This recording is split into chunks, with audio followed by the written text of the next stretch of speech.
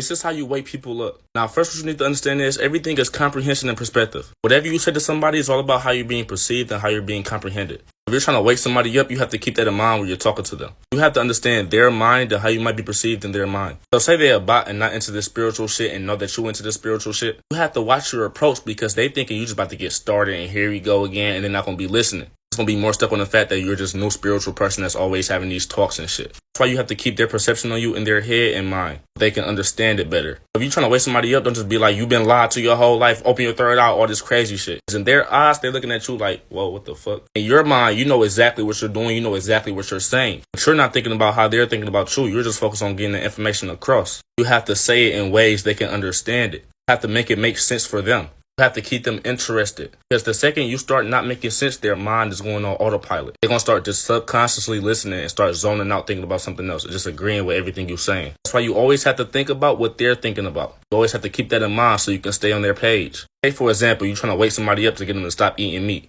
Don't just say, why are you eating meat? That's terrible for you. That's bad, whatever. Because they're not trying to hear that. Their head, they're just thinking, you're this crazy guy, this activist, this monk. Just think you're getting started again. That's why you got to have a smooth approach with it. Bro, your stomach don't hurt after you eat that shit? I had to stop eating meat, bro. That shit had me sick. That shit was making me feel bad, moody, all kinds of shit. I low-key had found out that you get them emotions from that animal. You know the emotions the animal had before it died? When you eat that shit, you get them emotions. So after I stopped eating it, bro, I've been feeling good as hell. You gotta slowly spark stuff in their head to get them to understand it. They don't think you just getting started again and here you go. It's like people is so fucking sleep. They think everything is some woke stuff, some conspiracy theory shit. It be regular shit and people be like, oh, here he go. There's some people that just dumb as fuck. They don't care about anything that actually matters in the world. They think whenever you talk about a little deep shit, oh, you a conspiracy theorist, or you this, you that. Like, what? This is basic science. You just gotta understand, everybody's mindset is not the same as yours. If you're a deep thinker and you don't care about this world and you just woke up or whatever, that's all you want to talk about is deep shit. You can try to wake your friends up, but if they don't wake up, then get a new circle.